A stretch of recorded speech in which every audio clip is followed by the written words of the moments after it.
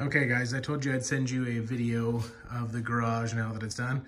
So this part isn't new. We had this done a couple years ago. The only thing I did for all of this really, for the most part, is paint the lockers. Let's see, these are a couple sawhorses I built 9 years ago when we moved in here. So that's where we have all of our hockey stalls. They're a bit of a gong show right now because it's summer and the hockey season was cut short. We've got all of our bins underneath where we keep all of our different sports and swimming and different toys. We've got a dog there, Nikita. This is our hockey stick holder, and I made a hockey stick tape holder last week out of some spare wood and a piece of a hockey stick so we can keep all of our tape organized. More hockey stuff. That's Caden's creation from when he was about 4 years old. He calls it the elephant trap. It's actually not meant for trapping elephants. It's just the creative name he came up with, so we don't know what that's about, but it's moved around the garage a couple times, but we'll always keep that hung in here. Here is the golf clubs minus one set that we loaned out to a friend. The Gong Show bikes, we're actually considering building a shed on the side of our yard to manage all the bikes because they're always just such a mess. Let's see, up high we have our camping stuff. And then we have all of these bins organized. They've always been relatively organized, but now we have them labeled. So we have our shop rags, paints and cleaners, automobile stuff, gardening, bike repair and parts, lighting and extension cords, and sunscreen and bug repellents. Then we have a shoe rack where we try to switch out the shoes. So right now we have a lot of the winter boots in there. Let's see, old hockey jersey. Okay, now here's where we start the bench. That is the part that I'm most proud of because I've been working for a couple weeks trying to get this all done. So this is the old bench that I had in here. That's been in here since we moved in. So that's about, I don't know what it is, 6 feet, 5.5, 6 feet long. And it's a nice, really solid table, but it just wasn't enough workspace. Anyways, we got that all cleaned and organized, and I found these bins that fit perfectly for painting, painting prep, clamps, power tools, sanding, and then an empty one for whatever comes up next.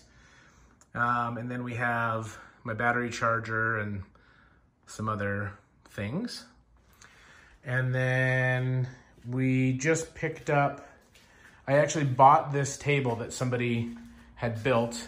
And I don't know if they sell them or if they didn't need it anymore, but I bought that from them. And then I cut out a section of it and added right there new legs in the front and back to support, actually, sorry, I added those legs in the front and back to support it because I cut out a hole so I could slide my table saw underneath. And it actually works perfectly. The table saw actually fits flush. And then I've got a perfect little section for my chop saw. And then today I just installed this nifty little power strip that sits flush against the front of the bench. So when I pull out the table saw or the chop saw or I'm doing something in the garage, I don't have to access the power strip on the wall. And then my awesome little rolly stool that we just picked up. Oh no, this is askew. My little magnetic bowls that are great when you're working with stuff.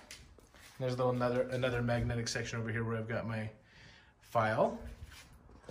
And then come over here and we have the tool wall.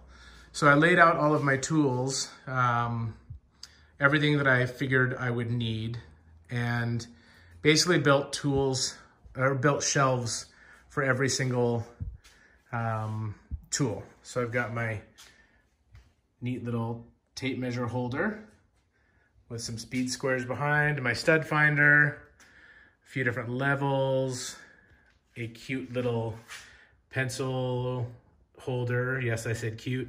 And I hung the sharpener on the side. Hammers and mallets, little sledgehammer, hacksaw, and then sanding and stapling. And I've got my safety goggles up there. Then just an old little cabinet I had for random tools and stuff. Then I put in this power bar back here, which is awesome because it's really solid against the back wall. So when I'm pulling plugs out, it doesn't rip it off the wall. And then my drill and impact driver. You might recognize this. It's beautiful. It's the centerpiece actually of the garage. And it holds this funny saw that I have, or this funny sword that I have that isn't really used anything. And then my wood saw. And then a little shelf over here for all of my bits and my Forstner bits and my hole saws and other stuff, zip ties, little tape section. And then, this is askew as well. I built a paper towel holder, and this is my little shelf for WD-40 and wood glue and compressed air, and right now we have hand sanitizer up there as well because of right now. And then I have here my screwdriver holder, and they're all in order by size. We have Phillips, flathead, and Robertson, and then a couple of multi-tools, crescent wrenches, and that's pretty much it. Oh yeah, and then I built this fishing pole holder. Don't mind the ceiling. It was just kind of natural wood color, and I stained it an antique wood color, so it made it look pretty cool. But I was pretty proud of that because I drew the designs with Caden, and then actually made it happen. And then you might also recognize this guy. Bing!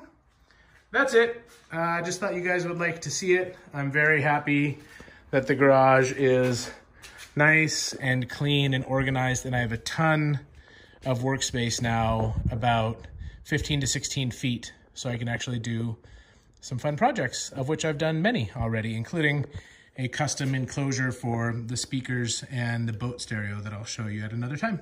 Okay, bye.